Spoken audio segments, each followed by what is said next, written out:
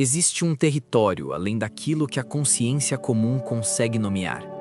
Um espaço onde os mitos respiram, os símbolos falam e as histórias revelam aquilo que a alma tenta esconder. Entre a luz do herói e a escuridão da sombra, entre a razão moderna e a sabedoria ancestral, habita o inconsciente coletivo. Aqui, arquétipos despertam, máscaras se dissolvem e a jornada nunca é apenas externa. Este é o lugar onde histórias se transformam em espelhos da psique. Bem-vindo ao limiar entre o visível e o invisível. Bem-vindo à psicologia, arquétipos e heróis. No episódio de hoje, atravessamos esta narrativa à luz da psicologia analítica, para compreender como arquétipos, sombras e conflitos da alma se manifestam em O Tempo Nu, The Naked Time, 1966. O silêncio não era natural. Havia algo de errado no ar rarefeito daquele mundo condenado, algo que vibrava como um presságio antes mesmo de se tornar visível. A superfície do planeta parecia instável, como se respirasse com dificuldade, prestes a se romper sob seu próprio peso. Entre estruturas abandonadas e equipamentos inertes, corpos imóveis denunciavam que a morte chegara antes de qualquer explicação. Spock avançava com precisão contida, seus sentidos atentos a cada irregularidade do ambiente, enquanto Sulu mantinha a postura rígida, atento demais ao próprio coração acelerado. Nada ali oferecia respostas, apenas uma sensação incômoda de que algo invisível ainda se movia. Foi um gesto banal que rompeu o equilíbrio. Um instante de descuido, uma luva retirada, o contato com um líquido vermelho que parecia pulsar como se estivesse vivo. O retorno à nave ocorreu sem alarmes, sem suspeitas imediatas. Spock observava em silêncio, registrando micro-alterações que ainda não se traduziam em lógica, enquanto Sulu retomava suas funções, tentando ignorar um desconforto que não sabia nomear. A Enterprise seguiu adiante, alheia ao que agora circulava em seu interior. A mudança não foi súbita, foi insinuante. Um incômodo que crescia sobre a pele, uma coceira persistente, pensamentos que escorregavam para territórios impróprios. O primeiro colapso veio acompanhado de uma lâmina, de um impulso incoerente, de um olhar que já não sustentava a própria vontade de existir. A morte chegou sem feridas suficientes para justificá-la. Spock analisava os dados médicos em silêncio tenso, enquanto algo profundamente perturbador se insinuava. Não fora o corpo que falhara, mas o desejo de continuar. A nave começou a mudar de tom. Risos fora de lugar ecoavam pelos corredores metálicos. Ordens perdiam o peso. Gestos tornavam-se exagerados, desprovidos de filtro. Sulu, tomado por uma energia que não lhe pertencia, abandonou a disciplina que sempre o definiu. Sem camisa, com uma espada nas mãos, atravessava os corredores como se estivesse possuído por uma memória antiga, desafiando inimigos invisíveis, rindo diante do perigo que antes respeitava. A nave, testemunha silenciosa, rangia sobre essa inversão de ordem. Na ponte, Spock lutava contra algo ainda mais profundo. Emoções reprimidas emergiam como fissuras em uma barragem secular. Sua voz perdia a firmeza, seus olhos traíam uma dor que jamais deveria ter atravessado a superfície. Palavras nunca ditas à mãe pesavam como condenações tardias. A lógica que sempre o sustentava escorria entre os dedos, e com ela vinha uma angústia quase insuportável. Em outro ponto da nave, vozes cantavam nos sistemas de comunicação.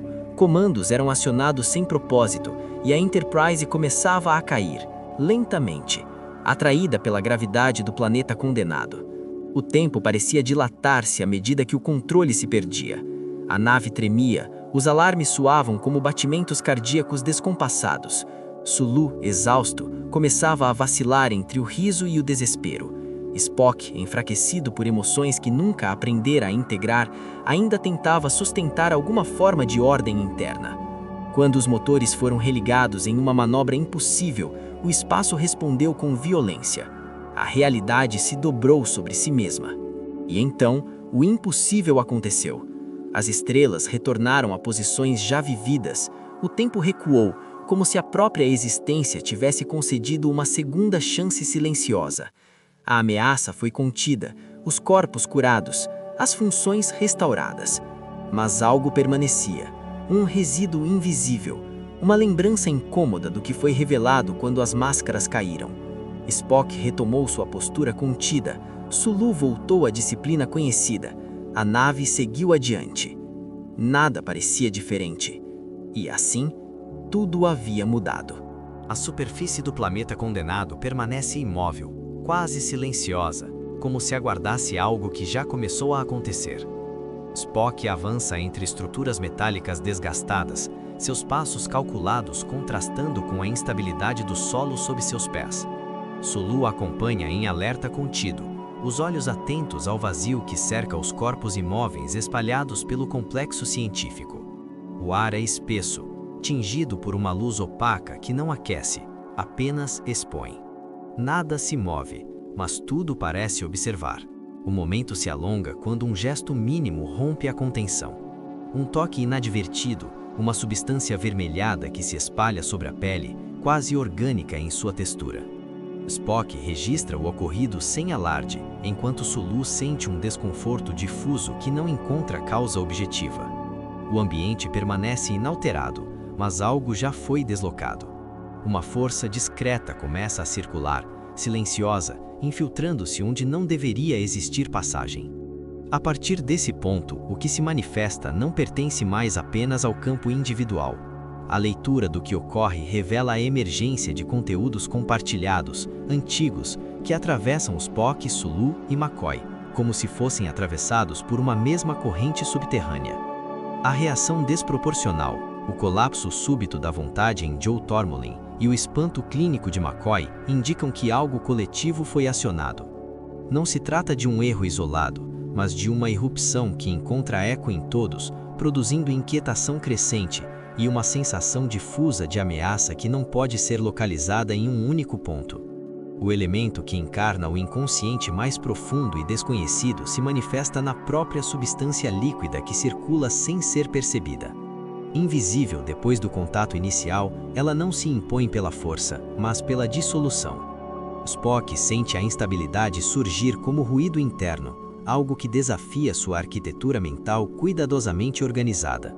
Sulu, por sua vez, experimenta um deslocamento sutil de seus limites habituais, como se impulsos antigos começassem a pressionar a superfície.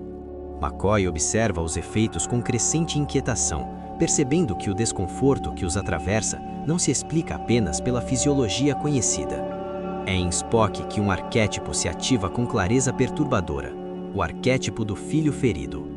Ao romper-se a contenção emocional que sempre sustentou sua identidade, emerge a dor primária ligada à separação e à impossibilidade de expressar afeto. As lágrimas que surgem não são mero colapso, mas consequência imediata dessa ativação, que desorganiza sua consciência e o lança em um estado de vulnerabilidade radical.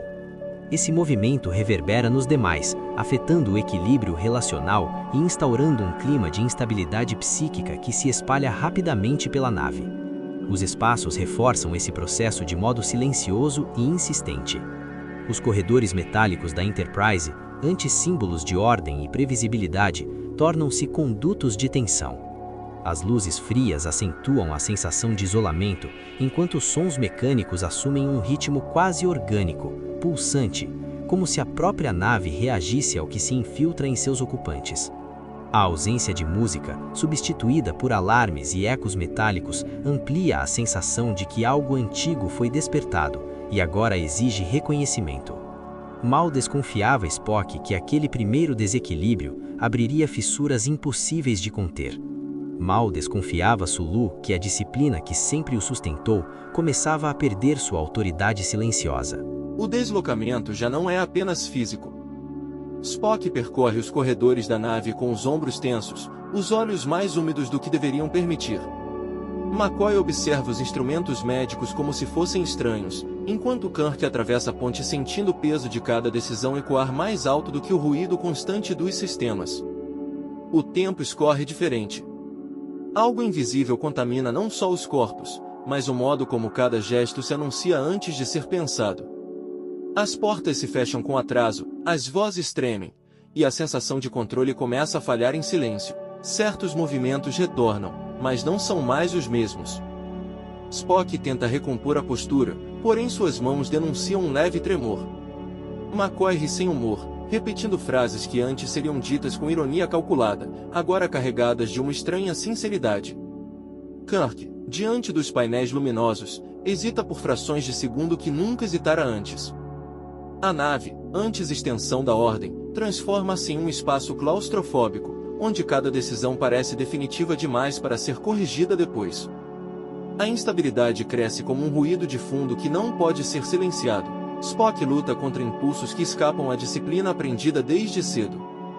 McCoy sente o peso da impotência diante de algo que não responde à lógica médica convencional.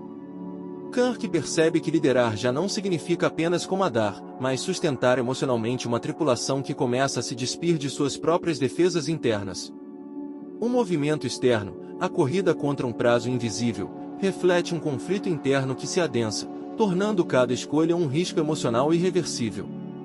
Há um elemento que atravessa tudo como se fosse antigo e familiar à humanidade, a perda do véu. Assim como nos antigos rituais em que substâncias alteravam a percepção para revelar verdades ocultas, o agente que circula pela nave atua como um catalisador psíquico.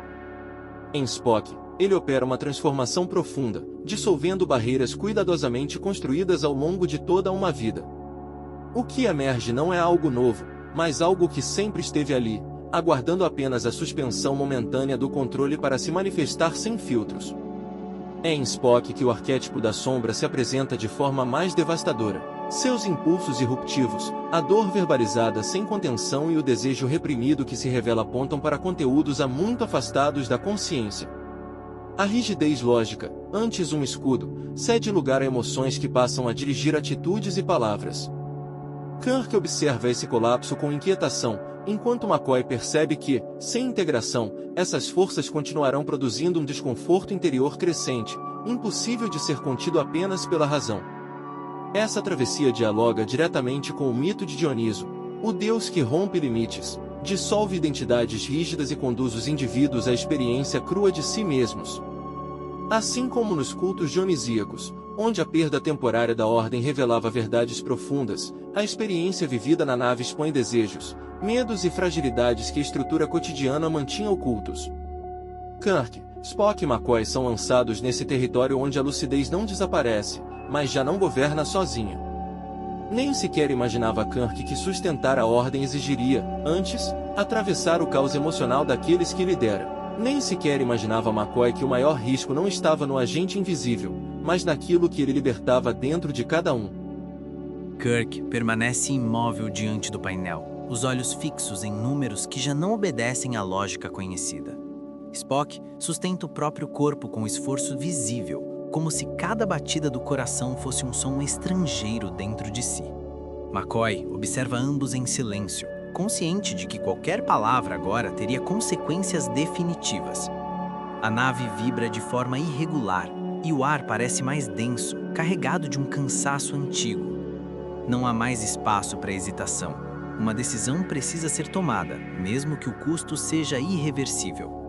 Os sons que ecoam lembram aqueles do início da travessia, mas retornam alterados, mais graves, mais próximos, quase íntimos. As luzes piscam como se respirassem com dificuldade. Spock reconhece nos próprios olhos um brilho que jamais permitiria emergir, enquanto Kirk sente o comando escapar não por falha técnica, mas por excesso de humanidade. McCoy percebe que o que se rompeu não foi apenas um equilíbrio químico, mas uma fronteira interna que talvez jamais pudesse ser restaurada ao estado anterior. Quando o movimento se completa e o tempo cede, o silêncio que se instala não traz alívio. Há apenas a sensação de ter atravessado algo que não pode ser desfeito. Kirk respira fundo. Spock recompõe a postura com rigidez renovada. McCoy recolhe os instrumentos como quem fecha um ritual perigoso. O percurso deixa marcas invisíveis, e mesmo com tudo aparentemente recolocado em ordem, algo permanece deslocado, como um eco que insiste em não se calar. No campo mais profundo dessa travessia, a experiência vivida por Kirk, Spock e McCoy revela um processo claro de alquimia simbólica. O estado inicial de desagregação atua como nigredo, onde as estruturas psíquicas entram em colapso e tudo se obscurece.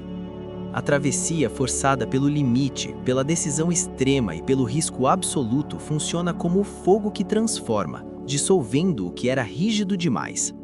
O retorno não é simples restauração, mas uma nova configuração, em que cada um carrega em si a memória do caos como elemento integrado, ainda que desconfortável. Para Kirk, essa travessia impõe uma reflexão silenciosa sobre liderança e fragilidade.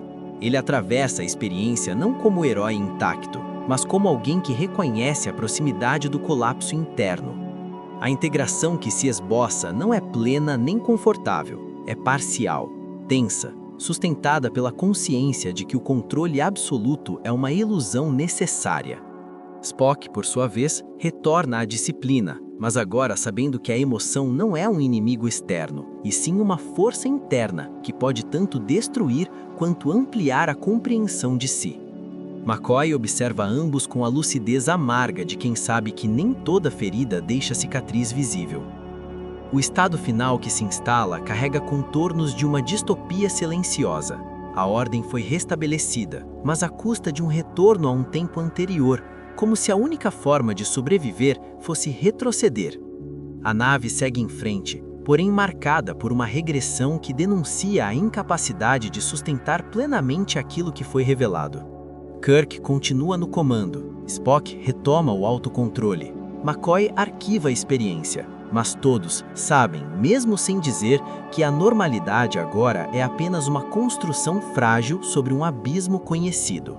Se a consciência pode ser restaurada e o tempo pode ser reescrito, o que acontece com aquilo que foi visto, sentido e reconhecido no ponto mais profundo da alma?